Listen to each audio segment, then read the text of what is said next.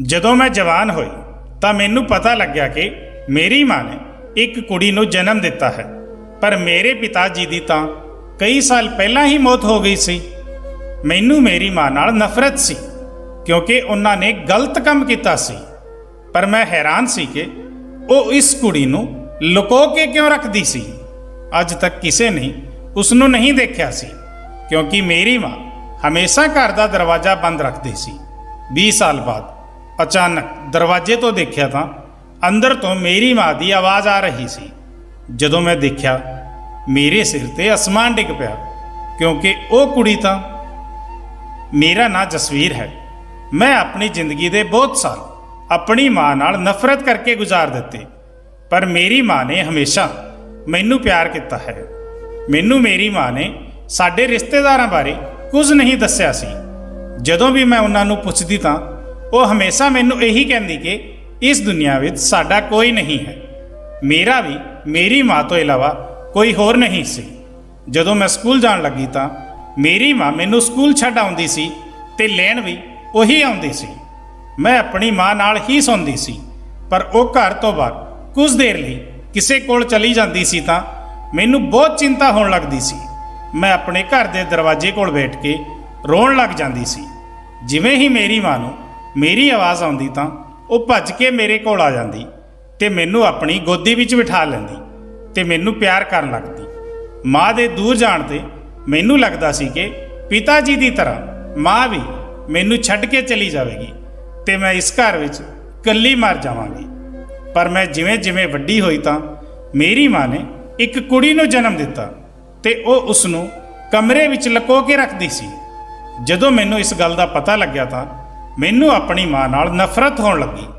ਮੈਨੂੰ ਲੱਗਦਾ ਸੀ ਕਿ ਉਹ ਇੱਕ ਚੰਗੀ ਔਰਤ ਨਹੀਂ ਹੈ ਕਿਉਂਕਿ ਮੇਰੇ ਪਿਤਾ ਜੀ ਦੀ ਮੇਰੇ ਬਚਪਨ ਵਿੱਚ ਹੀ ਮੌਤ ਹੋ ਗਈ ਸੀ।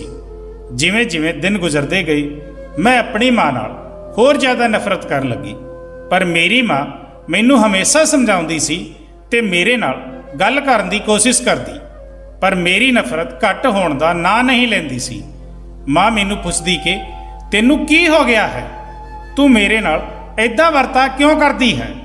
ਪਹਿਲਾਂ ਮੈਂ ਸਮਝਦੀ ਸੀ ਤੂੰ ਮੇਰੇ ਨਾਲ ਨਾਰਾਜ਼ ਹੈ, ਪਰ ਤੇਰੇ ਦਿਲ ਵਿੱਚ ਆਪਣੀ ਮਾਂ ਲਈ ਇੰਨੀ ਜ਼ਿਆਦਾ ਨਫ਼ਰਤ ਕਿਵੇਂ ਆ ਗਈ। ਜਦੋਂ ਮੈਂ ਉਸ ਨੂੰ ਪੁੱਛਿਆ ਤੂੰ ਮੈਨੂੰ ਦੱਸ, ਜਦੋਂ ਮੇਰੇ ਪਿਤਾ ਜੀ ਕਈ ਸਾਲ ਪਹਿਲਾਂ ਹੀ ਮਰ ਚੁੱਕੇ ਹਨ, ਫਿਰ ਤੁਹਾਡੀ ਇਹ ਲਾਡਲੀ ਧੀ ਕਿੱਥੋਂ ਆ ਗਈ। ਮੇਰੀ ਮਾਂ ਮੇਰੇ ਇਸ ਸਵਾਲ ਦਾ ਜਵਾਬ ਨਹੀਂ ਦਿੰਦੀ ਤੇ ਚੁੱਪ ਹੋ ਜਾਂਦੀ।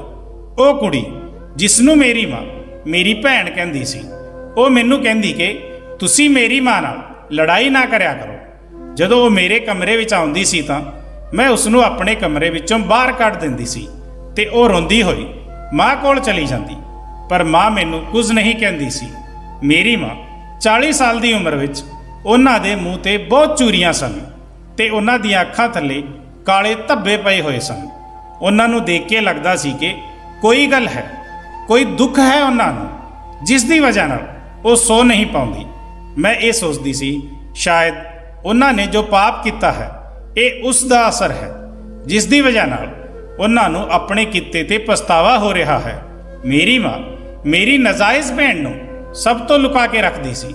ਜਦੋਂ ਕੋਈ ਦਰਵਾਜ਼ਾ ਖੜਕਾਉਂਦਾ ਸੀ ਤਾਂ ਪਹਿਲਾਂ ਮੇਰੀ ਮਾਂ ਭੈਣ ਨੂੰ ਕਮਰੇ ਵਿੱਚ ਲੁਕੋ ਦਿੰਦੀ, ਫਿਰ ਦਰਵਾਜ਼ਾ ਖੋਲ੍ਹਦੀ।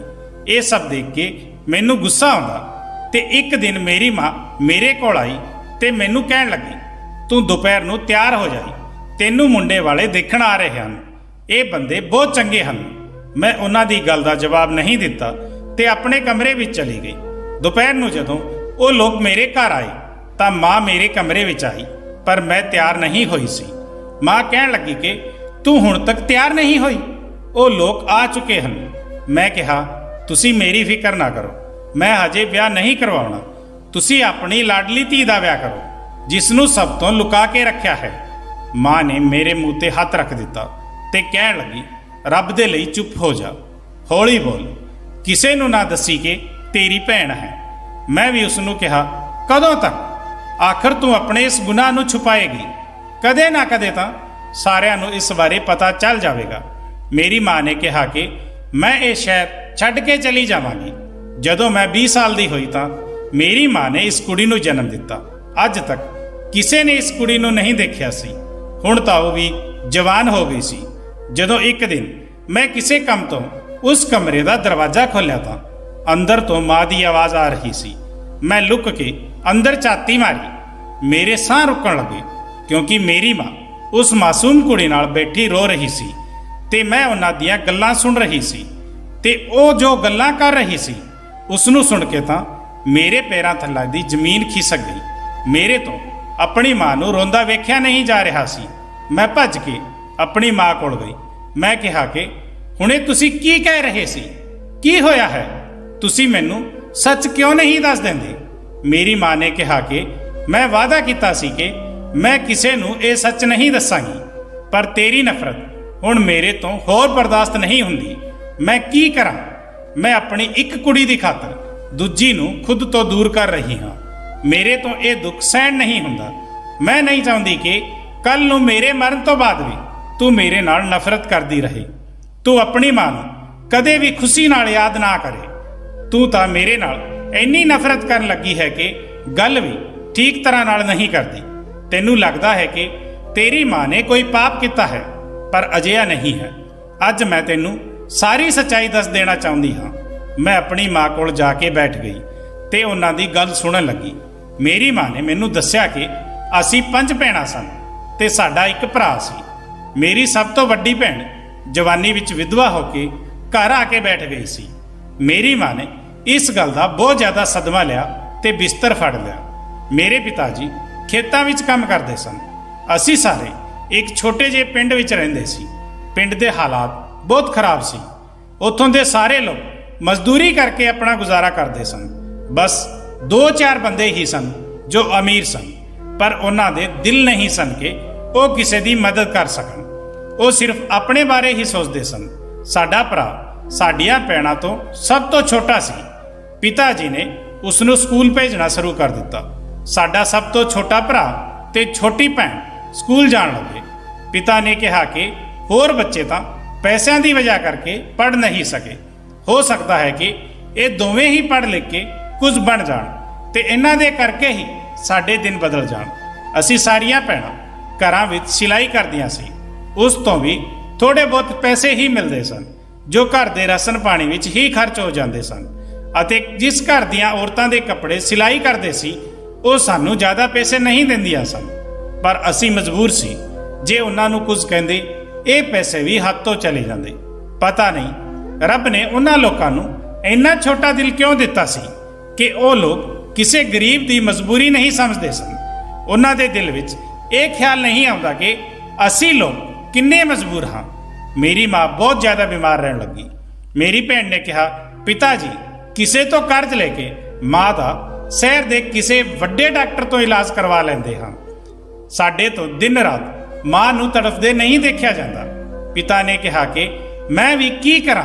ਮੈਂ ਰੋਜ਼ ਬਹੁਤ ਜ਼ਿਆਦਾ ਮਿਹਨਤ ਕਰਦਾ ਹਾਂ, ਪਰ ਜਿਨ੍ਹਾਂ ਲੋਕਾਂ ਕੋਲ ਮੈਂ ਕੰਮ ਕਰਦਾ ਹਾਂ ਉਹ ਬਹੁਤ ਜ਼ਾਲਮ ਲੋਕ ਹਨ।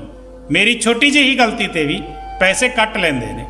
ਪਰ ਆਪਾਂ ਤੇਰੀ ਮਾਂ ਨੂੰ ਸ਼ਹਿਰ ਲਿਜਾ ਕੇ ਵੱਡੇ ਡਾਕਟਰ ਨੂੰ ਦਿਖਾ ਵੀ ਦਈਏ ਤਾਂ ਪਹਿਲਾਂ ਉਹ ਟੈਸਟ ਕਰਵਾਉਣਗੇ। ਉਹਨਾਂ ਵਿੱਚ ਵੀ ਸਾਡੇ ਹਜ਼ਾਰਾਂ ਰੁਪਏ ਖਰਚ ਹੋ ਜਾਣਗੇ। ਅੱਗੇ ਇਲਾਜ ਕਰਾਉਣ ਲਈ ਪੈਸਾ ਕਿੱਥੋਂ ਆਵੇਗਾ? ਅਜੇ ਤਾਂ ਪੁਰਾਣਾ ਕਰਜ਼ ਵੀ ਨਹੀਂ ਉਤਰਿਆ ਤੇ ਸਾਨੂੰ ਗਰੀਬਾਂ ਨੂੰ ਹੋਰ ਕੌਣ ਉਧਾਰ ਦੇਵੇਗਾ? ਮੈਂ ਖੁਦ ਬਹੁਤ ਜ਼ਿਆਦਾ ਪਰੇਸ਼ਾਨ ਹਾਂ। ਜਿੱਥੇ ਵੀ ਦੇਖਦਾ ਹਾਂ ਸਾਰੇ ਰਸਤੇ ਬੰਦ ਨਜ਼ਰ ਆਉਂਦੇ ਹਨ।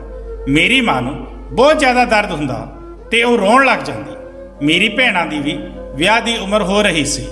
ਪਿਤਾ ਜੀ ਤੇ ਮਾਂ ਬਹੁਤ ਜ਼ਿਆਦਾ ਪਰੇਸ਼ਾਨ ਸਨ। ਇੱਕ ਦਿਨ ਮਾਂ ਨੇ ਕਿਹਾ, ਇਸ ਘਰ ਨੂੰ ਗਿਰਵੇ ਰੱਖ ਕੇ ਪੈਸੇ ਲੈ ਲਓ। ਕਿਸੇ ਤਰ੍ਹਾਂ ਧੀਆਂ ਦਾ ਫਰਜ਼ ਤਾਂ ਨਿਭਾ ਦਈਏ। ਵਿਆਹ ਤੋਂ ਬਾਅਦ ਅਸੀਂ ਥੋੜੇ ਥੋੜੇ ਪੈਸੇ ਵਾਪਸ ਕਰ ਦੇਵਾਂਗੇ। ਅਸੀਂ ਪਿਤਾ ਜੀ ਨੂੰ ਘਰ ਗਿਰਵੀ ਰੱਖਣ ਤੋਂ ਮਨਾ ਕਰ ਦਿੱਤਾ, ਪਰ ਉਹਨਾਂ ਨੇ ਸਾਡੀ ਗੱਲ ਨਹੀਂ ਮੰਨੀ ਤੇ ਘਰ ਗਿਰਵੀ ਰੱਖ ਦਿੱਤਾ। ਪਿਤਾ ਜੀ ਪੈਸੇ ਲੈ ਕੇ ਘਰ ਆ ਰਹੇ ਸਨ। ਗਰਮੀਆਂ ਦੇ ਦਿਨ ਸਨ। ਤੇਜ਼ ਧੁੱਪ ਕਾਰਨ ਭੁੱਖੇ ਪਿਆਸੇ ਰਸਤੇ ਵਿੱਚ ਹੀ ਪਿਤਾ ਜੀ ਨੂੰ ਚੱਕਰ ਆਏ ਤੇ ਉਹ ਉੱਥੇ ਹੀ ਡਿੱਗ ਪਏ। ਕੁਝ ਬੰਦੇ ਉਹਨਾਂ ਨੂੰ ਘਰ ਲੈ ਕੇ ਆਏ। ਜਦੋਂ ਉਹਨਾਂ ਨੂੰ ਹੋਸ਼ ਆਇਆ ਉਹਨਾਂ ਕੋਲ ਪੈਸੇ ਨਹੀਂ ਸਨ। ਇਹ ਦੇਖ ਕੇ ਪਿਤਾ ਜੀ ਬਹੁਤ ਜ਼ਿਆਦਾ ਪਰੇਸ਼ਾਨ ਹੋਏ ਤੇ ਰੋਣ ਲੱਗੇ। ਜਦੋਂ ਅਸੀਂ ਪਿਤਾ ਜੀ ਨੂੰ ਪੁੱਛਿਆ ਤਾਂ ਉਹਨਾਂ ਨੇ ਪੂਰੀ ਗੱਲ ਦੱਸੀ, ਤਾਂ ਅਸੀਂ ਵੀ ਉਹਨਾਂ ਦੀ ਗੱਲ ਸੁਣ ਕੇ ਰੋਣ ਲੱਗੇ, ਕਿਉਂਕਿ ਸਾਡੇ ਕੋਲ ਇੱਕ ਘਰ ਹੀ ਸੀ ਉਹ ਵੀ ਪਿਤਾ ਜੀ ਨੇ ਗਿਰਵੀ ਰੱਖ ਦਿੱਤਾ ਸੀ ਅਤੇ ਉਸਦੇ ਪੈਸੇ ਵੀ ਚੋਰੀ ਹੋ ਚੁੱਕੇ ਸਨ। ਇਦਾਂ ਲੱਗਦਾ ਸੀ ਕਿ ਹੁਣ ਸਾਡੇ ਸਾਹ ਰੁਕ ਜਾਣਗੇ। ਮਾਂ ਦੀ ਤਬੀਅਤ ਵੀ ਦਿਨੋਂ ਦਿਨ ਖਰਾਬ ਹੁੰਦੀ ਜਾ ਰਹੀ ਸੀ। ਅਸੀਂ ਉਹਨਾਂ ਨੂੰ ਸਰਕਾਰੀ ਹਸਪਤਾਲ ਵਿੱਚ ਲੈ ਕੇ ਗਏ, ਪਰ ਉੱਥੇ ਤਾਂ ਕੋਈ ਗੱਲ ਸੁਣਨ ਲਈ ਤਿਆਰ ਹੀ ਨਹੀਂ ਸੀ। ਉਹ ਤਾਂ ਉਹਨਾਂ ਲੋਕਾਂ ਵਿੱਚ ਹੀ ਲੱਗੇ ਹੋਏ ਸਨ ਜੋ ਉਹਨਾਂ ਨੂੰ ਪੈਸੇ ਦੇ ਰਹੇ ਸਨ। ਦੂਜੇ ਪਾਸੇ ਮੇਰਾ ਛੋਟਾ ਭਰਾ ਤੇ ਭੈਣ ਭੁੱਖੇ ਰੋ ਰਹੇ ਸਨ। ਅਸੀਂ ਸਵੇਰ ਤੋਂ ਕੁਝ ਨਹੀਂ ਖਾਧਾ ਸੀ। ਪਿਤਾ ਜੀ ਰੋਂਦੇ ਹੋਏ ਬਾਹਰ ਚਲੇ ਗਏ ਤੇ ਉਹ ਲੋਕਾਂ ਸਾਹਮਣੇ ਹੱਥ ਫੈਲਾ ਕੇ ਭੀਖ ਮੰਗ ਰਹੇ ਸਨ। ਮੈਂ ਉਹਨਾਂ ਨੂੰ ਦੇਖ ਕੇ ਉੱਥੇ ਬੈਠ ਗਈ ਤੇ ਰੋਣ ਲੱਗੀ। ਮੇਰੀ ਛੋਟੀ ਭੈਣ ਮੈਨੂੰ ਕਹਿਣ ਲੱਗੀ ਕਿ ਭੈਣੇ ਪਰੇਸ਼ਾਨ ਨਾ ਹੋ, ਮੈਂ ਆਪਣੇ ਦੋਸਤ ਨਾਲ ਗੱਲ ਕੀਤੀ ਹੈ, ਉਸਦਾ ਭਰਾ ਬਹੁਤ ਚੰਗਾ ਹੈ। ਉਸਨੇ ਮੇਰੇ ਨਾਲ ਵਾਅਦਾ ਕੀਤਾ ਹੈ ਕਿ ਉਹ ਮੈਨੂੰ ਕੰਮ ਦੇਣਗੇ। ਉਹ ਬਹੁਤ ਜ਼ਿਆਦਾ ਅਮੀਰ ਹੈ, ਉਹਨਾਂ ਕੋਲ ਬਹੁਤ ਪੈਸਾ ਹੈ। ਉਹ ਮੇਰੇ ਵਰਗੀਆਂ ਬਹੁਤ ਕੁੜੀਆਂ ਨੂੰ ਕੰਮ ਦਿਵਾਉਂਦੇ ਹਨ। ਉਹਨਾਂ ਨੇ ਮੈਨੂੰ ਕਿਹਾ ਹੈ ਮੈਂ ਬਹੁਤ ਸੁੰਦਰ ਦਿਸਦੀ ਹਾਂ, ਜੇ ਮੈਂ ਚਾਹਾਂ ਤਾਂ ਮੈਂ ਐਕਟਰ ਬਣ ਸਕਦੀ ਹਾਂ। ਫਿਰ ਮੈਂ ਟੀਵੀ ਤੇ ਆਵਾਂਗੀ ਤੇ ਇੱਥੋਂ ਜਾ ਕੇ ਦੂਜੇ ਸ਼ਹਿਰਾਂ ਵਿੱਚ ਵੀ ਮਾਡਲਿੰਗ ਕਰਾਂਗੀ। ਮੈਂ ਉਸਦੀ ਗੱਲ ਸੁਣੀ ਤਾਂ ਮੈਂ ਕਿਹਾ ਬਸ ਕਰ, ਤੂੰ ਅਜੇ ਬਹੁਤ ਛੋਟੀ ਹੈ ਤੇ ਤੂੰ ਕਿੱਦਾਂ ਦੀ ਗੱਲਾਂ ਕਰ ਰਹੀ ਹੈ। ਸਾਨੂੰ ਲੋਕਾਂ ਨੂੰ ਭੁੱਖੇ ਮਰਨਾ ਮਨਜ਼ੂਰ ਹੈ, ਕੋਈ ਵੀ ਗਲਤ ਕੰਮ ਨਹੀਂ ਕਰਨ ਦੇਵਾਂਗੇ। ਮੈਂ ਸੁਣਿਆ ਹੈ ਕਿ ਜੋ ਲੋਕ ਇਹ ਕੰਮ ਕਰਦੇ ਹਨ ਤੇ ਕੋਈ ਵੀ ਬਿਨਾਂ ਕਿਸੇ ਮਤਲਬ ਦੇ ਕਿਸੇ ਗਰੀਬ ਕੁੜੀ ਦੀ ਮਦਦ ਨਹੀਂ ਕਰਦਾ ਅਤੇ ਨਾ ਹੀ ਉਸ ਨੂੰ ਕੋਈ ਕੰਮ ਦਿੰਦਾ ਹੈ, ਉਸ ਨੂੰ ਬਹੁਤ ਕੁਝ ਬਰਦਾਸ਼ਤ ਕਰਨਾ ਪੈਂਦਾ ਹੈ। ਇਹ ਸਭ ਕੁਝ ਇੰਨਾ ਆਸਾਨ ਨਹੀਂ ਹੁੰਦਾ ਜਿੰਨਾ ਤੂੰ ਸੋਚ ਰਹੀ ਹੈ। ਮੇਰੀ ਛੋਟੀ ਭੈਣ ਕਹਿਣ ਲੱਗੀ, ਦੀਦੀ ਮੇਰੇ ਤੋਂ ਇਹ ਸਭ ਕੁਝ ਸਹਿਣ ਨਹੀਂ ਹੁੰਦਾ। ਮੇਰੇ ਨਾਲ ਜੋ ਹੁੰਦਾ ਹੈ ਹੋ ਜਾਵੇ। ਮੇਰੀ ਜ਼ਿੰਦਗੀ ਚਾਹੇ ਕਿਸੇ ਵੀ ਰਸਤੇ ਤੇ ਚਲੀ ਜਾਵੇ, ਪਰ ਮੈਂ ਤੁਹਾਨੂੰ ਇਸ ਹਾਲਤ ਵਿੱਚ ਨਹੀਂ ਦੇਖ ਸਕਦੀ। ਉਹ ਸਾਹਮਣੇ ਪਿਤਾ ਜੀ ਨੂੰ ਦੇਖ ਰਹੀ ਹੋ। ਸਾਡੇ ਪਿਤਾ ਜੀ ਕਿੰਨੇ ਮਜਬੂਰ ਤੇ ਲਾਚਾਰ ਹਨ ਤੇ ਲੋਕਾਂ ਸਾਹਮਣੇ ਹੱਥ ਫੈਲਾ ਕੇ ਭੀਖ ਮੰਗ ਰਹੇ ਹਨ, ਸਿਰਫ 2 ਰੋਟੀਆਂ ਲਈ, ਤਾਂ ਕਿ ਅਸੀਂ ਕੁਝ ਖਾ ਸਕੀਏ। ਮੇਰੀ ਮਾਂ ਦਾ ਇਲਾਜ ਹੋ ਜਾਵੇ। ਭੀਖ ਮੰਗਣ ਤੋਂ ਚੰਗਾ ਹੈ ਕਿ ਮੈਂ ਆਪਣੇ ਘਰ ਵਾਲਿਆਂ ਦੇ ਖਾਤਰ ਆਪਣੀ ਜ਼ਿੰਦਗੀ ਬਰਬਾਦ ਕਰ ਦੇਵਾਂ। ਮੈਂ ਆਪਣੀ ਛੋਟੀ ਭੈਣ ਨੂੰ ਬਹੁਤ ਸਮਝਾਇਆ, ਪਰ ਉਸਨੇ ਮੇਰੀ ਗੱਲ ਨਹੀਂ ਮੰਨੀ। ਉਹ ਇਹ ਕਹਿ ਰਹੀ ਸੀ ਕਿ ਮੈਂ ਤੁਹਾਨੂੰ ਸਾਰਿਆਂ ਨੂੰ ਇਸ ਹਾਲਤ ਵਿੱਚੋਂ ਬਾਹਰ ਕੱਢ ਕੇ ਹੀ ਮਰਾਂਗੀ। ਜੇ ਆਪਾਂ ਇਸ ਹਾਲ ਵਿੱਚ ਹਮੇਸ਼ਾ ਰਹੇ ਤਾਂ ਕਦੇ ਵੀ ਕਿਸੇ ਦਾ ਵਿਆਹ ਨਹੀਂ ਹੋਵੇਗਾ। ਅਸੀਂ ਸਾਰੀਆਂ ਭੈਣਾਂ ਏਦਾਂ ਹੀ ਤੜਪ ਤੜਪ ਕੇ ਮਰ ਜਾਵਾਂਗੀ ਤੇ ਸਾਡਾ ਭਰਾ ਵੱਡਾ ਹੋ ਕੇ ਖੁਦ ਵਿਆਹ ਕਰਾ ਲਵੇਗਾ। ਇਹ ਨਹੀਂ ਦੇਖੇਗਾ ਕਿ ਉਸ ਦੀਆਂ ਵੱਡੀਆਂ ਭੈਣਾਂ ਨੇ ਉਸ ਲਈ ਕੀ ਕੁਝ ਨਹੀਂ ਕੀਤਾ। ਆਦਮੀ ਬਹੁਤ ਚਲਾਕ ਹੁੰਦੇ ਹਨ। ਜੇ ਪਿਤਾ ਜੀ ਨੇ ਆਪਣੀ ਹਾਲਤ ਬਾਰੇ ਸੋਚਿਆ ਹੁੰਦਾ ਤਾਂ ਉਹ ਇੱਕ ਤੋਂ ਜ਼ਿਆਦਾ ਬੱਚੇ ਪੈਦਾ ਨਹੀਂ ਕਰਦੇ। ਜਦੋਂ ਤੱਕ ਮਾਂ ਦੀ ਸਿਹਤ ਠੀਕ ਰਹੀ, ਉਹ ਪਿਤਾ ਜੀ ਨਾਲ ਕੰਮ ਵਿੱਚ ਉਹਨਾਂ ਦਾ ਸਾਥ ਦਿੰਦੀ ਰਹੀ। ਹੁਣ ਆਪਾਂ ਕੰਮ ਕਰਦੇ ਹਾਂ ਤਾਂ ਲੋਕ ਇਦਾਂ ਦੀਆਂ ਨਜ਼ਰਾਂ ਨਾਲ ਦੇਖਦੇ ਹਨ ਜਿਵੇਂ ਉਹ ਸਾਨੂੰ ਖਾ ਜਾਣਗੇ। ਇਹਨਾਂ ਲੋਕਾਂ ਨੂੰ ਸਾਡੀ ਮਜਬੂਰੀ ਕਿਉਂ ਨਜ਼ਰ ਨਹੀਂ ਆਉਂਦੀ। ਉਸੇ ਸਮੇਂ ਡਾਕਟਰ ਨੇ ਆ ਕੇ ਕਿਹਾ ਕਿ ਤੁਹਾਨੂੰ ਹੁਣੇ 25,000 ਰੁਪਏ ਜਮ੍ਹਾਂ ਕਰਾਉਣੇ ਹੋਣਗੇ, ਨਹੀਂ ਤਾਂ ਤੁਹਾਡੀ ਮਾਂ ਦੀ ਜਾਨ ਜਾ ਸਕਦੀ ਹੈ। ਇੰਨੇ ਪੈਸੇ ਸੁਣ ਕੇ ਮੇਰੇ ਪਿਤਾ ਨੇ ਆਪਣੇ ਦਿਲ ਤੇ ਹੱਥ ਰੱਖ ਲਿਆ ਤੇ ਉੱਥੇ ਹੀ ਬੈਠ ਗਏ। ਕੁਝ ਦੇਰ ਬਾਅਦ ਪਿਤਾ ਜੀ ਬੋਲੇ, ਚਲੋ ਅਸੀਂ ਘਰ ਚੱਲਦੇ ਹਾਂ, ਤੁਹਾਡੀ ਮਾਂ ਨੂੰ ਇੱਥੇ ਛੱਡ ਦਿੰਦੇ ਹਾਂ। ਜਦੋਂ ਤੁਹਾਡੀ ਮਾਂ ਮਰ ਜਾਵੇਗੀ ਇਹ ਲੋਕ ਖੁਦ ਘਰ ਪਹੁੰਚਾ ਦੇਣਗੇ। ਜੇ ਤੁਹਾਡੀ ਮਾਂ ਨੂੰ ਘਰ ਲੈ ਕੇ ਗਏ ਤਾਂ 2 ਦਿਨ ਦਾ ਬਿੱਲ ਵੀ ਦੇਣਾ ਪਵੇਗਾ ਤੇ ਮੇਰੀ ਜੇਬ ਵਿੱਚ ਤਾਂ ਇੱਕ ਫੂਟੀ ਕੌੜੀ ਵੀ ਨਹੀਂ ਹੈ। ਪਿਤਾ ਜੀ ਬਹੁਤ ਉਦਾਸ ਹੋ ਚੁੱਕੇ ਸਨ। ਜਦੋਂ ਮੈਂ ਆਪਣੀ ਭੈਣ ਨੂੰ ਦੇਖਿਆ ਤਾਂ ਉਹ ਉੱਥੇ ਨਹੀਂ ਸੀ। ਮੈਂ ਉਸ ਨੂੰ ਪੂਰੇ ਹਸਪਤਾਲ ਵਿੱਚ ਲੱਭ ਲਿਆ, ਪਰ ਉਹ ਮੈਨੂੰ ਕਿਤੇ ਵੀ ਨਹੀਂ ਮਿਲੀ। ਮੈਂ ਆਪਣੇ ਭਰਾ ਨੂੰ ਪੁੱਛਿਆ ਤਾਂ ਉਸਨੇ ਦੱਸਿਆ, ਗੀਤਾ ਭੈਣ ਕਹਿ ਰਹੀ ਸੀ ਪਿਤਾ ਜੀ ਨੂੰ ਕਿਤੇ ਵੀ ਨਹੀਂ ਜਾਣ ਦੇਣਾ, ਮੈਂ ਪੈਸੇ ਲੈ ਕੇ ਆ ਰਹੀ ਹਾਂ। ਉਸ ਦੀ ਗੱਲ ਸੁਣ ਕੇ ਮੈਂ ਬਹੁਤ ਜ਼ਿਆਦਾ ਡਰ ਗਈ ਸੀ। ਮੇਰੇ ਮਨ ਵਿੱਚ ਬਹੁਤ ਗਲਤ ਖਿਆਲ ਆ ਰਹੇ ਸਨ। ਸ਼ਾਮ ਤੱਕ ਉਹ ਵਾਪਸ ਆਈ ਤਾਂ ਉਸ ਦਾ ਚਿਹਰਾ ਬਹੁਤ ਉਦਾਸ ਸੀ। ਉਸ ਦੇ ਚਿਹਰੇ ਦਾ ਰੰਗ ਵੀ ਉਤਰਿਆ ਹੋਇਆ ਸੀ। ਉਸਨੇ ਪਿਤਾ ਜੀ ਦੇ ਹੱਥ ਤੇ ਪੈਸੇ ਰੱਖੇ ਤੇ ਕਹਿਣ ਲੱਗੀ, ਪਿਤਾ ਜੀ ਹੁਣ ਪੈਸੇ ਦੀ ਕੋਈ ਕਮੀ ਨਹੀਂ ਹੋਵੇਗੀ। ਡਾਕਟਰ ਨੂੰ ਕਿਹਾ ਕਿ ਮੇਰੀ ਮਾਂ ਦਾ ਇਲਾਜ ਸ਼ੁਰੂ ਕਰ ਦਿਓ। ਮੈਂ ਆਪਣੀ ਛੋਟੀ ਭੈਣ ਦਾ ਹੱਥ ਫੜ ਕੇ ਉਸ ਨੂੰ ਪਰੇ ਲੈ ਗਈ। ਭੈਣ ਨੂੰ ਕਿਹਾ ਕਿ ਤੇਰੀ ਅਕਲ ਟਿਕਾਣੇ ਨਹੀਂ ਆਈ। ਗੀਤਾ ਕਹਿਣ ਲੱਗੀ ਕਿ ਭੈਣੇ ਮੈਂ ਕੋਈ ਗਲਤ ਕੰਮ ਕਰਕੇ ਨਹੀਂ ਆਈ, ਮੈਂ ਮਾਡਲ ਬਣਾਂਗੀ, ਮੈਂ ਮਾਡਲਿੰਗ ਕਰਨੀ ਹੈ। ਮੇਰੇ ਨਾਲ ਮੇਰੇ ਦੋਸਤ ਦੇ ਭਰਾ ਨੇ ਵਾਅਦਾ ਕੀਤਾ ਹੈ। ਉਹਨਾਂ ਨੇ ਮੈਨੂੰ ਕਿਹਾ ਹੈ ਕਿ ਮੈਨੂੰ ਜਿੰਨੇ ਪੈਸੇ ਦੀ ਜ਼ਰੂਰਤ ਹੈ ਕਿਸੇ ਵੀ ਸਮੇਂ ਆ ਕੇ ਲੈ ਜਾ ਸਕਦੀ ਹੈ। ਉਸ ਸਮੇਂ ਸਾਰਿਆਂ ਨੇ ਉਸ ਤੇ ਭਰੋਸਾ ਕਰ ਲਿਆ, ਪਰ ਕੋਈ ਨਹੀਂ ਜਾਣਦਾ ਸੀ ਕਿ ਸੱਚ ਕੀ ਹੈ। ਮਾਂ ਦਾ ਇਲਾਜ ਸ਼ੁਰੂ ਹੋ ਗਿਆ। ਗੀਤਾ ਰੋਜ਼ ਤਿਆਰ ਹੋ ਕੇ ਘਰ ਤੋਂ ਬਾਹਰ ਜਾਂਦੀ। ਪਿਤਾ ਜੀ ਨੇ ਬਹੁਤ ਰੋਕਿਆ। ਪਿਤਾ ਜੀ ਤੋਂ ਉਸਦੀ ਇਹ ਹਰਕਤ ਦੇਖੀ ਨਹੀਂ ਜਾ ਰਹੀ ਸੀ, ਪਰ ਆਪਣੀ ਮਜਬੂਰੀ ਦੀ ਖਾਤਰ ਉਹਨਾਂ ਨੇ ਸੋਚਿਆ ਕਿ ਚੱਲ ਕੋਈ ਗੱਲ ਨਹੀਂ, ਮਾਡਲਿੰਗ ਹੀ ਤਾਂ ਕਰਨ ਜਾ ਰਹੀ ਹੈ। ਬਹੁਤ ਸਾਰੀਆਂ ਕੁੜੀਆਂ ਅੱਜ ਕੱਲ੍ਹ ਇਹ ਕੰਮ ਕਰ ਰਹੀਆਂ ਹਨ। ਅੱਜ ਕੱਲ੍ਹ ਦਾ ਮਾਹੌਲ ਹੀ ਇਦਾਂ ਦਾ ਹੈ। ਹੁਣ ਮੇਰੀ ਮਾਂ ਵੀ ਬਿਲਕੁਲ ਠੀਕ ਹੋ ਚੁੱਕੀ ਸੀ। ਜਦੋਂ ਅਸੀਂ ਮਾਂ ਨੂੰ ਲੈ ਕੇ ਘਰ ਆਏ ਤਾਂ ਜਿਸ ਕੋਲ ਪਿਤਾ ਜੀ ਨੇ ਘਰ ਗਿਰਵੀ ਰੱਖਿਆ ਸੀ, ਉਸਦੇ ਪੈਸੇ ਵਾਪਸ ਨਾ ਦੇਣ ਕਾਰਨ ਉਸਨੇ ਸਾਡਾ ਘਰ ਵੇਚ ਦਿੱਤਾ ਸੀ। ਅਸੀਂ ਸਾਰੀ ਰਾਤ ਬਾਹਰ ਹੀ ਗੁਜ਼ਾਰੀ। ਜਦੋਂ ਮੇਰੀ ਭੈਣ ਗੀਤਾ ਨੂੰ ਪਤਾ ਚੱਲਿਆ ਤਾਂ ਉਹ ਸਾਡੇ ਕੋਲ ਆਈ। ਉਸਨੇ ਇੱਕ ਫੋਨ ਕੀਤਾ। ਉਸੇ ਸਮੇਂ ਇੱਕ ਵੱਡੀ ਜਿਹੀ ਗੱਡੀ ਆਈ ਤੇ ਸਾਨੂੰ ਸਾਰਿਆਂ ਨੂੰ ਇਸ ਪਿੰਡ ਤੋਂ ਲੈ ਕੇ ਚਲੀ ਗਈ। ਅਸੀਂ ਇੱਕ ਦੂਜੀ ਜਗ੍ਹਾ ਤੇ ਚਲੇ ਗਏ ਜਿੱਥੇ ਇੱਕ ਘਰ ਸੀ। ਮੇਰੀ ਭੈਣ ਬੋਲੀ ਕਿ ਅੰਦਰ ਚਲੋ। ਜਦੋਂ ਅਸੀਂ ਅੰਦਰ ਗਏ ਤਾਂ ਮੈਂ ਉਸ ਦਾ ਘਰ ਦੇਖ ਕੇ ਹੈਰਾਨ ਰਹਿ ਗਈ। ਉਹ ਘਰ ਬਹੁਤ ਵੱਡਾ ਤੇ ਆਲੀਸ਼ਾਨ ਸੀ। ਪਿਤਾ ਜੀ ਗੀਤਾ ਨੂੰ ਪਿਆਰ ਭਰੀ ਨਜ਼ਰਾਂ ਨਾਲ ਦੇਖਣ ਲੱਗੇ। ਉਸਦੇ ਸਿਰ ਤੇ ਹੱਥ ਫੇਰਿਆ ਤੇ ਕਹਿਣ ਲੱਗੇ, ਮੇਰੀ ਧੀ ਨੇ ਤਾਂ ਸਾਡੀ ਸਾਰਿਆਂ ਦੀ ਕਿਸਮਤ ਬਦਲ ਦਿੱਤੀ। ਮੈਂ ਸਭ ਨੂੰ ਦੱਸੂਗਾ ਕਿ ਮੇਰੀ ਧੀ ਮਾਡਲਿੰਗ ਕਰਦੀ ਹੈ। ਪਰ ਉਸਨੇ ਕਿਹਾ ਕਿ ਪਿਤਾ ਜੀ, ਹਾਲੇ ਕਿਸੇ ਨੂੰ ਕੁਝ ਵੀ ਨਹੀਂ ਦੱਸਣਾ। ਹਾਲੇ ਤਾਂ ਮੈਂ ਕੰਮ ਕਰਨਾ ਸ਼ੁਰੂ ਕੀਤਾ ਹੈ ਤੇ ਜੇ ਸਾਰੇ ਲੋਕਾਂ ਨੂੰ ਪਤਾ ਚੱਲ ਜਾਵੇਗਾ, ਤੁਸੀਂ ਤਾਂ ਜਾਣਦੇ ਹੋ ਨਾ, ਲੋਕ ਮੱਚਣਾ ਸ਼ੁਰੂ ਕਰ ਦਿੰਦੇ ਹਨ। ਇਸ ਲਈ ਤੁਸੀਂ ਅਜੇ ਕਿਸੇ ਨੂੰ ਕੁਝ ਨਹੀਂ ਦੱਸਣਾ।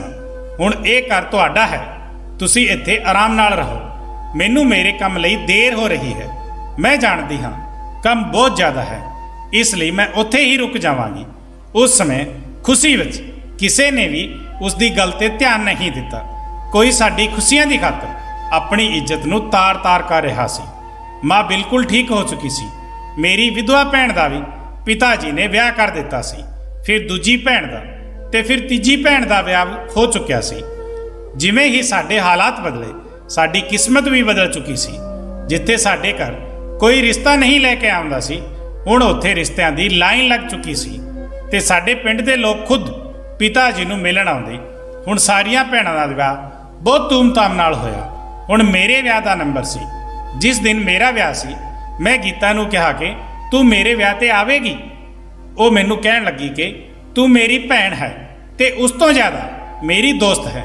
ਤੂੰ ਮੇਰੇ ਨਾਲ ਵਾਅਦਾ ਕਰਕੇ ਜ਼ਿੰਦਗੀ ਵਿੱਚ ਜਦੋਂ ਵੀ ਮੈਨੂੰ ਤੇਰੀ ਜ਼ਰੂਰਤ ਪਵੇਗੀ, ਤੂੰ ਮੇਰੀ ਮਦਦ ਲਈ ਆਏਗੀ। ਮੈਂ ਕਿਹਾ, ਤੂੰ ਕਿਵੇਂ ਦੀ ਗੱਲ ਕਰ ਰਹੀ ਹੈ? ਤੂੰ ਮੇਰੀ ਛੋਟੀ ਭੈਣ ਹੈ। ਮੈਂ ਤੇਰਾ ਹਰ ਮੁਸ਼ਕਲ ਵਿੱਚ ਸਾਥ ਦੇਵਾਂਗੀ। ਕਦੇ ਵੀ ਤੈਨੂੰ ਇਕੱਲਾ ਨਹੀਂ ਛੱਡਾਂਗੀ। ਮੈਂ ਆਪਣੇ ਵਿਆਹ ਵਾਲੇ ਦਿਨ ਉਸ ਦਾ ਇੰਤਜ਼ਾਰ ਕਰਦੀ ਰਹੀ, ਪਰ ਉਹ ਮੇਰੇ ਵਿਆਹ ਤੇ ਨਹੀਂ ਆਈ ਸੀ। ਮੈਂ ਉਸ ਨੂੰ ਫੋਨ ਕੀਤਾ ਤਾਂ ਉਹ ਕਹਿਣ ਲੱਗੀ, ਮੇਰੇ ਕੋਲ ਜ਼ਿਆਦਾ ਕੰਮ ਹੈ, ਮੈਂ ਨਹੀਂ ਆ ਸਕਦੀ। ਉਹ ਘਰ ਨਹੀਂ ਆਉਂਦੀ ਸੀ ਤੇ ਜੇ ਆ ਵੀ ਜਾਂਦੀ ਸੀ ਤਾਂ ਰਾਤ ਨੂੰ ਹਨੇਰੇ ਵਿੱਚ ਆਉਂਦੀ ਸੀ। ਇੱਕ ਦਿਨ ਉਹ ਘਰ ਆਈ। ਉਸਨੇ ਸਾਰਿਆਂ ਨੂੰ ਦੱਸਿਆ ਕਿ ਉਹ ਦੇਸ਼ ਤੋਂ ਬਾਹਰ ਜਾ ਰਹੀ ਹੈ। ਪਿਤਾ ਜੀ ਨੇ ਕਿਹਾ, ਗੀਤਾ ਬੇਟੇ, ਤੈਨੂੰ ਕੀ ਜ਼ਰੂਰਤ ਹੈ ਸਾਨੂੰ ਸਾਰਿਆਂ ਨੂੰ ਛੱਡ ਕੇ ਜਾਣ ਦੀ? ਹੁਣ ਤਾਂ ਤੂੰ ਇਹ ਕੰਮ ਛੱਡ ਦੇ। ਵੈਸੇ ਵੀ ਤੈਨੂੰ ਅੱਜ ਤੱਕ ਮਾਡਲਿੰਗ ਕਰਦੇ ਨਹੀਂ ਦੇਖਿਆ। ਹੁਣ ਸਾਡੇ ਕੋਲ ਕਿਸੇ ਚੀਜ਼ ਦੀ ਕਮੀ ਨਹੀਂ ਹੈ। ਸਾਰਿਆਂ ਦੀ ਜ਼ਿੰਮੇਵਾਰੀ ਤਾਂ ਤੂੰ ਮੁੰਡਾ ਬਣ ਕੇ ਪੂਰੀ ਕਰ ਦਿੱਤੀ। ਹੁਣ ਤੂੰ ਵੀ ਆਪਣਾ ਵਿਆਹ ਕਰਵਾ ਲੈ। ਤੂੰ ਦੇਖੀ, ਤੇਰੇ ਵਰਗੀ ਕੁੜੀ ਨੂੰ ਲੈਣ ਲਈ ਕੋਈ ਰਾਜਕੁਮਾਰ ਹੀ ਆਵੇਗਾ। ਪਿਤਾ ਦੀ ਇਹ ਗੱਲ ਸੁਣ ਕੇ ਉਹ ਹੱਸਣ ਲੱਗੀ, ਪਰ ਉਸ ਦੇ ਹਾਸੇ ਵਿੱਚ ਪਹਿਲਾਂ ਵਾਲੀ ਗੱਲ ਨਹੀਂ ਸੀ। ਉਸ ਦੇ ਹਾਸੇ ਵਿੱਚ ਦੁੱਖ ਦਿਖਾਈ ਦੇ ਰਿਹਾ ਸੀ, ਜਿਵੇਂ ਉਸਨੇ ਬਹੁਤ ਕੁਝ ਖੋ ਦਿੱਤਾ ਹੋਵੇ। ਉਸ ਦੀਆਂ ਅੱਖਾਂ ਵੀ ਉਦਾਸ ਹੋ ਚੁੱਕੀਆਂ ਸਨ। ਉਹ ਜਾਂਦੇ ਹੋਏ ਮੇਰੇ ਗਲ ਲੱਗ ਗਈ। ਉਸ ਦੇ ਚਿਹਰੇ ਤੋਂ ਲੱਗ ਰਿਹਾ ਸੀ ਕਿ ਉਹ ਸਾਡੇ ਸਾਰਿਆਂ ਤੋਂ ਕੁਝ ਲੁਕੋ ਰਹੀ ਹੈ। ਮੈਂ ਉਸ ਨੂੰ ਕਿਹਾ, ਗੀਤਾ, ਤੂੰ ਸਾਡੇ ਸਾਰਿਆਂ ਲਈ ਇੰਨੇ ਸਾਲ ਬਰਬਾਦ ਕਰ ਦਿੱਤੇ। ਤੈਨੂੰ ਹੁਣ ਆਪਣੇ ਬਾਰੇ ਸੋਚਣਾ ਚਾਹੀਦਾ ਹੈ। ਹੋ ਸਕੇ ਤਾਂ ਇਸ ਦਲਦਲ ਤੋਂ ਨਿਕਲ ਆ। ਉਹ ਸਾਰੇ ਪਰਿਵਾਰ ਤੇ ਭੈਣਾਂ ਨੂੰ ਖੁਸ਼ ਦੇਖ ਰਹੀ ਸੀ। ਉਸਨੇ ਸਾਰੀਆਂ ਭੈਣਾਂ ਦੇ ਖਾਤੇ ਵੀ ਖੁਲਵਾ ਦਿੱਤੇ ਸਨ ਤੇ ਹਰ ਮਹੀਨੇ ਸਾਰਿਆਂ ਦੇ ਖਾਤੇ ਵਿੱਚ ਥੋੜੇ ਪੈਸੇ ਪਵਾ ਦਿੰਦੀ ਸੀ।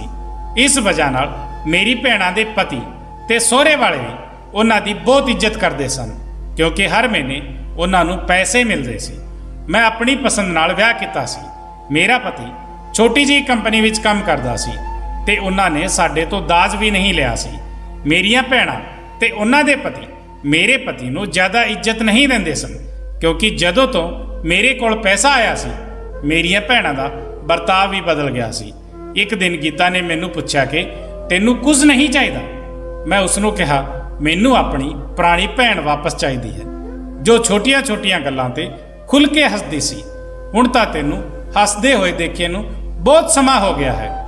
ਉਸ ਤੋਂ ਬਾਅਦ ਗੀਤਾ ਸਾਨੂੰ ਸਾਰਿਆਂ ਨੂੰ ਅਲਵਿਦਾ ਕਹਿ ਕੇ ਚਲੀ ਗਈ। ਜਾਂਦੇ ਜਾਂਦੇ ਉਹ ਮਾਂ ਤੇ ਪਾਪਾ ਨੂੰ ਕੁਝ ਕਾਗਜ਼ ਤੇ ATM ਕਾਰਡ ਦੇ ਕੇ ਗਈ ਸੀ ਤਾਂ ਕਿ ਉਹਨਾਂ ਨੂੰ ਕਦੇ ਪੈਸੇ ਦੀ ਲੋੜ ਪਵੇ ਤਾਂ ਉਹ ਕਢਵਾ ਲੈਣ। ਕਦੇ ਵੀ ਕਿਸੇ ਨੇ ਉਸ ਨੂੰ ਨਹੀਂ ਪੁੱਛਿਆ ਕਿ ਉਹ ਇੰਨਾ ਪੈਸਾ ਕਿੱਥੋਂ ਲੈ ਕੇ ਆਉਂਦੀ ਹੈ। ਜਦੋਂ ਕਦੇ ਵੀ ਮੈਂ ਉਸ ਨੂੰ ਪੁੱਛਦੀ ਤਾਂ ਮੇਰੇ ਘਰ ਵਾਲੇ ਕਹਿੰਦੇ ਕਿ ਤੂੰ ਆਪਣੀ ਭੈਣ ਤੇ ਸ਼ੱਕ ਕਰ ਰਹੀ ਹੈ। ਇਸਨੇ ਤੈਨੂੰ ਉਸ ਗਰੀਬੀ ਵਾਲੀ ਜ਼ਿੰਦਗੀ ਤੋਂ ਬਾਹਰ ਕੱਢ ਕੇ ਸਾਰਾ ਆਰਾਮ ਦਿੱਤਾ ਹੈ, ਸਮਾਜ ਵਿੱਚ ਇੱਜ਼ਤ ਦਿਵਾਈ ਹੈ। ਜਦੋਂ ਮੈਂ ਆਪਣੇ ਸਹੁਰੇ ਗਈ ਤਾਂ ਮੈਂ ਥੋੜੀ ਪਰੇਸ਼ਾਨ ਸੀ। ਪਤੀ ਨੇ ਕਿਹਾ ਕਿ ਤੂੰ ਕਿਉਂ ਪਰੇਸ਼ਾਨ ਹੁੰਦੀ ਹੈ, ਹਰ ਆਦਮੀ ਆਪਣੇ ਕੰਮ ਦਾ ਖੁਦ ਜ਼ਿੰਮੇਵਾਰ ਹੁੰਦਾ ਹੈ। ਮੈਂ ਉਸ ਨੂੰ ਕਿਹਾ ਤੁਹਾਡੀ ਕੋਈ ਭੈਣ ਨਹੀਂ ਹੈ ਨਾ, ਜੇ ਹੁੰਦੀ ਤਾਂ ਤੁਸੀਂ ਇਹ ਗੱਲ ਨਹੀਂ ਕਰਦੇ। ਤੁਸੀਂ ਨਹੀਂ ਜਾਣਦੇ ਆਪਣੇ ਭੈਣ ਭਰਾ ਨੂੰ ਇਸ ਦਲਦਲ ਵਿੱਚ ਫਸਿਆ ਹੋਇਆ ਦੇਖ ਕੇ ਮੈਨੂੰ ਕਿੰਨਾ ਦਰਦ ਹੁੰਦਾ ਹੈ। ਉਹਨਾਂ ਨੂੰ ਸਿਵਾਏ ਮੌਤ ਦੇ ਇੱਥੋਂ ਕੋਈ ਨਹੀਂ ਕੱਢ ਸਕਦਾ। ਬਹੁਤ ਸਾਲ ਹੋ ਗਏ ਸੀ ਮੈਂ ਗੀਤਾ ਦਾ ਇੰਤਜ਼ਾਰ ਕਰਨ ਲੱਗੀ, ਉਹ ਨਹੀਂ ਆਈ ਤੇ ਮੇਰੇ ਘਰ ਵਿੱਚ ਧੀ ਪੈਦਾ ਹੋਈ। ਮੈਂ ਉਸ ਦਾ ਨਾਂ ਜਸਵੀਰ ਰੱਖ ਦਿੱਤਾ। ਕੁਝ ਸਾਲਾਂ ਬਾਅਦ ਮੇਰੀ ਮਾਂ ਦੀ ਮੌਤ ਹੋ ਗਈ। ਉਹ ਆਪਣੀ ਧੀ ਗੀਤਾ ਦਾ ਇੰਤਜ਼ਾਰ ਕਰਦੀ ਰਹੀ। ਕਿਸੇ ਨੂੰ ਕੁਝ ਨਹੀਂ ਪਤਾ ਸੀ ਕਿ ਉਹ ਕਿੱਥੇ ਕੰਮ ਕਰ ਰਹੀ ਹੈ।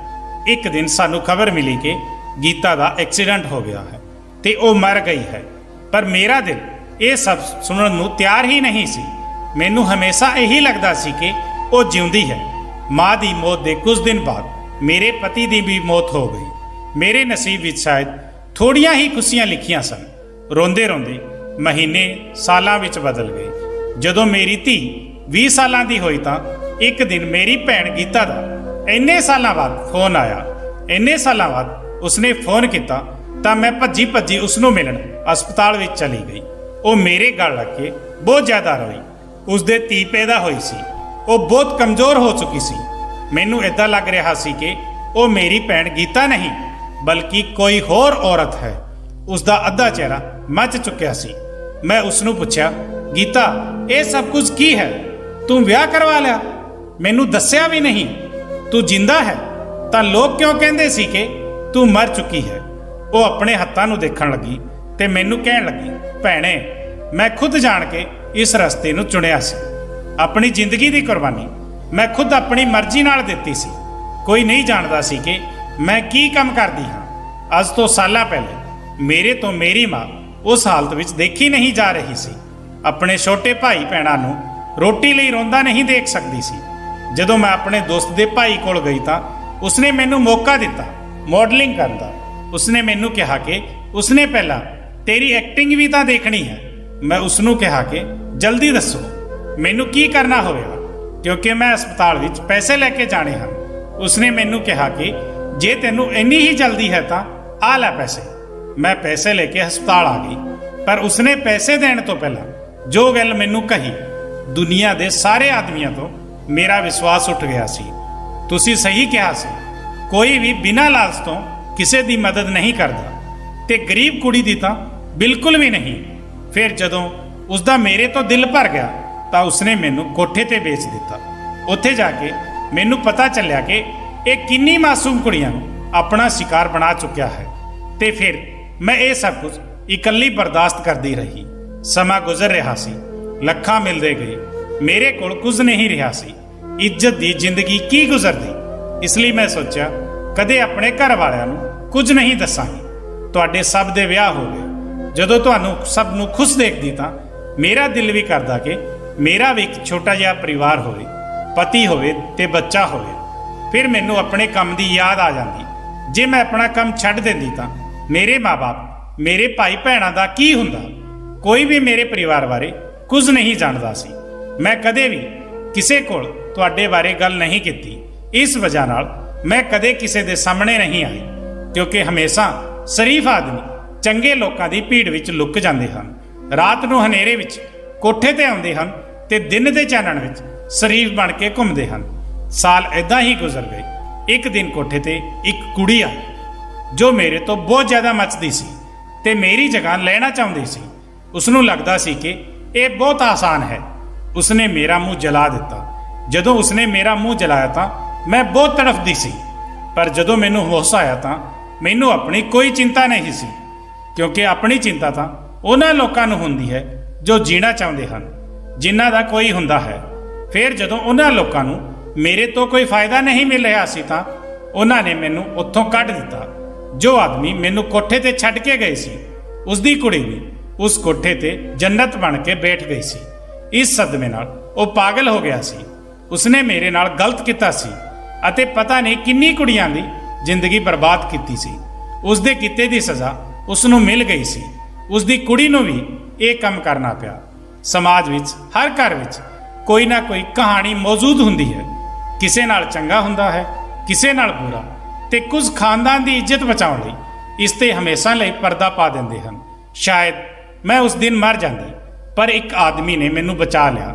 ਮੈਂ ਉਸ ਨੂੰ ਆਪਣੇ ਬਾਰੇ ਸਭ ਕੁਝ ਦੱਸ ਦਿੱਤਾ ਤਾਂ ਉਸਨੇ ਕਿਹਾ ਕਿ ਤੂੰ ਮੇਰੇ ਨਾਲ ਵਿਆਹ ਕਰਵਾਏਗੀ। ਉਹ ਵੀ ਮੇਰੀ ਤਰ੍ਹਾਂ ਹਾਲਤ ਦਾ ਮਾਰਿਆ ਸੀ। ਮੈਂ ਉਸ ਨਾਲ ਵਿਆਹ ਕਰਵਾ ਲਿਆ। ਉਸਨੇ ਮੇਰੇ ਅਤੀਤ ਤੇ ਮੇਰੇ ਜਲੇ ਹੋਏ ਚਿਹਰੇ ਨਾਲ ਮੈਨੂੰ ਅਪਣਾ ਲਿਆ। ਮੇਰੇ ਵਿਆਹ ਨੂੰ 2 ਸਾਲ ਹੋ ਗਏ। ਜਦੋਂ ਡਾਕਟਰ ਨੇ ਦੱਸਿਆ ਤੂੰ ਮਾਂ ਬਣਨ ਵਾਲੀ ਹੈ, ਇਹ ਸੁਣ ਕੇ ਮੈਂ ਡਰਨ ਲੱਗੀ, ਕਿਉਂਕਿ ਮੈਨੂੰ ਲੱਗ ਰਿਹਾ ਸੀ ਜੇ ਕੋਠੇ ਵਾਲਿਆਂ ਨੂੰ ਪਤਾ ਚੱਲ ਗਿਆ ਕਿ ਮੇਰੇ ਧੀ ਹੋਈ ਹੈ ਤਾਂ ਉਹ ਇਸ ਨੂੰ ਮੇਰੇ ਤੋਂ ਦੂਰ ਲੈ ਜਾਣਗੇ। ਮੈਂ ਆਪਣੇ ਪਤੀ ਨੂੰ ਕਿਹਾ ਕਿ ਆਪਾਂ ਇੱਥੋਂ ਭੱਜ ਜਾਂਦੇ ਹਾਂ, ਤੇ ਮੇਰੀ ਇਹ ਗੱਲ ਸੱਚ ਨਿਕਲੀ। ਉਹ ਲੋਕ ਮੇਰਾ ਪਿੱਛਾ ਕਰਨ ਲੱਗੇ। ਮੇਰੇ ਪਤੀ ਦੀ ਮੌਤ ਹੋ ਗਈ। ਮੇਰਾ ਪਤੀ ਬਹੁਤ ਚੰਗਾ ਸੀ ਤੇ ਮੈਨੂੰ ਬਹੁਤ ਪਿਆਰ ਕਰਦਾ ਸੀ। ਕਦੇ ਵੀ ਉਸਨੇ ਮੈਨੂੰ ਮੇਰੇ ਅਤੀਤ ਦਾ ਤਾਨਾ ਨਹੀਂ ਦਿੱਤਾ। ਉਹ ਮੈਨੂੰ ਕਹਿੰਦਾ ਸੀ, ਗੀਤਾ ਤੂੰ ਮੇਰਾ ਪਹਿਲਾ ਤੇ ਆਖਰੀ ਪਿਆਰ ਹੈ ਤੇ ਤੂੰ ਜਾਣਦੀ ਹੈ ਕਿ ਮੈਂ ਤੈਨੂੰ ਬਚਪਨ ਤੋਂ ਹੀ ਪਸੰਦ ਕਰਦਾ ਹਾਂ। ਉਹ ਮੇਰੇ ਪਿੰਡ ਵਿੱਚ ਹੀ ਰਹਿੰਦਾ ਸੀ। ਜਦੋਂ ਉਹ ਕੰਮ ਕਰਨ ਬਾਹਰ ਗਿਆ ਸੀ ਤਾਂ ਅਸੀਂ ਉੱਥੋਂ ਦੂਜੇ ਸ਼ਹਿਰ ਚਲੇ ਗਏ ਸੀ। ਫਿਰ ਉਹ ਇੰਨੇ ਸਾਲਾਂ ਬਾਅਦ ਮੈਨੂੰ ਇੱਥੇ ਮਿਲਿਆ, ਪਰ ਸਾਡਾ ਸਾਥ ਕੁਝ ਸਾਲਾਂ ਦਾ ਹੀ ਸੀ। ਅੱਜ ਮੇਰੇ ਧੀ ਪੈਦਾ ਹੋਈ ਸੀ। ਕੱਲ ਨੂੰ ਜਦੋਂ ਉਹ ਜਵਾਨ ਹੋਵੇਗੀ ਤੇ ਇਸ ਨੂੰ ਪਤਾ ਚੱਲੇਗਾ ਕਿ ਇਸ ਦੀ ਮਾਂ ਕੌਣ ਸੀ ਤਾਂ ਇਹ ਮੇਰੇ ਨਾਲ ਨਫ਼ਰਤ ਕਰੇਗੀ। ਇਸ ਲਈ ਤੂੰ ਮੈਨੂੰ ਵਾਅਦਾ ਕਰਕੇ ਇਸ ਬੱਚੀ ਨੂੰ ਤੂੰ ਮਾਂ ਬਣ ਕੇ ਪਾਲੇਗੀ ਤੇ ਕਦੇ ਵੀ ਇਸ ਨੂੰ ਗੀਤਾ ਨਹੀਂ ਬਣਨ ਦੇਵੇਗੀ। ਉਸ ਤੋਂ ਬਾਅਦ ਮੇਰੀ ਭੈਣ ਮਰ ਗਈ ਤੇ ਮੈਂ ਇਸ ਬੱਚੇ ਨੂੰ ਲੈ ਕੇ ਘਰ ਆਈ ਤਾਂ ਤੈਨੂੰ ਕਿਹਾ ਕਿ ਇਸ ਬੱਚੇ ਨੂੰ ਮੈਂ ਜਨਮ ਦਿੱਤਾ ਹੈ। ਉਸ ਸਮੇਂ ਮੈਨੂੰ ਇਹੀ ਠੀਕ ਲੱਗਿਆ ਤੇ ਮੈਂ ਤੈਨੂੰ ਹਾਂ ਕਹਿ ਦਿੱਤਾ। ਇਸ ਲਈ ਮੈਂ ਤੇਰੀ ਨਫ਼ਰਤ ਬਰਦਾਸ਼ਤ ਕਰਦੀ ਰਹੀ ਤੇ ਇਸ ਬੱਚੇ ਨੂੰ ਸਭ ਤੋਂ ਲੁਕਾ ਕੇ ਰੱਖਿਆ। ਮੈਨੂੰ ਡਰ ਸੀ ਕਿ ਕੋਈ ਮੇਰੀ ਭੈਣ ਦੀ ਨਿਸ਼ਾਨੀ ਨੂੰ ਮੇਰੇ ਤੋਂ ਦੂਰ ਨਾ ਲੈ ਜਾਵੇ। ਮਾਂ ਆਪਣੀ ਕਹਾਣੀ ਸੁਣਾਉਂਦੀ ਹੋਈ ਬਹੁਤ ਜ਼ਿਆਦਾ ਰੋ ਰਹੀ ਸੀ। ਮੈਂ ਆਪਣੀ ਮਾਂ ਨੂੰ ਕੀ ਸਮਝ ਰਹੀ ਸੀ। ਮੈਂ ਆਪਣੀ ਮਾਂ ਤੋਂ ਆਪਣੇ ਵਰਤਾਵ ਦੀ ਮਾਫੀ ਮੰਗੀ। ਅਸੀਂ ਉਹ ਮੁਹੱਲਾ ਛੱਡ ਦਿੱਤਾ। ਮਾਂ ਦੇ ਕਹਿਣ ਤੇ ਅਸੀਂ ਦੋਵਾਂ ਭੈਣਾਂ ਨੇ ਵਿਆਹ ਕਰਵਾ ਲਿਆ ਤੇ ਕਦੇ ਇਸ ਗੱਲ ਦਾ ਕਿਸੇ ਨੂੰ ਪਤਾ ਨਹੀਂ ਲੱਗਿਆ। ਮੇਰੀ ਛੋਟੀ ਭੈਣ ਮੇਰੀ ਮਾਸੀ ਦੀ ਕੁੜੀ ਹੈ, ਜਿਸ ਨੂੰ ਮੈਂ ਹਮੇਸ਼ਾ ਨਾਜਾਇਜ਼ ਸਮਝਦੀ ਸੀ। ਮੇਰੀ ਮਾਂ ਦਾ ਦੁੱਖ ਬਹੁਤ ਵੱਡਾ ਸੀ। ਉਸਨੇ ਆਪਣੀ ਜ਼ਿੰਦਗੀ ਵਿੱਚ ਬਹੁਤ ਤਕਲੀਫ ਬਰਦਾਸ਼ਤ ਕੀਤੀ ਸੀ। ਸਾਰੇ ਇਨਸਾਨਾਂ ਦੀ ਜ਼ਿੰਦਗੀ ਵਿੱਚ ਬਹੁਤ ਸਾਰੀਆਂ ਕਹਾਣੀਆਂ ਹੁੰਦੀਆਂ ਹਨ, ਬਹੁਤ ਦੁੱਖ ਹੁੰਦੇ ਹਨ, ਜਿਨ੍ਹਾਂ ਨੂੰ ਅਸੀਂ ਜਾਣਨ ਦੀ ਕੋਸ਼ਿਸ਼ ਨਹੀਂ ਕਰਦੇ, ਕਿਉਂਕਿ ਸਾਨੂੰ ਲੱਗਦਾ ਹੈ ਕਿ ਸਾਡੇ ਦੁੱਖ ਬਹੁਤ ਹਨ।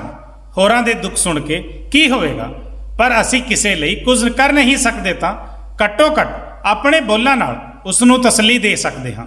ਹੋ ਸਕਦਾ ਹੈ ਕਿ ਸਾਡੇ ਕੁਝ ਬੋਲਾਂ ਨਾਲ ਕਿਸੇ ਦੇ ਹੰਝੂ ਰੁਕ ਜਾਣ, ਕਿਸੇ ਦਾ ਭਲਾ ਹੋ ਜਾਵੇ ਤੇ ਕੋਈ ਜਿਉਣਾ ਸ਼ੁਰੂ ਕਰ ਦੇਵੇ।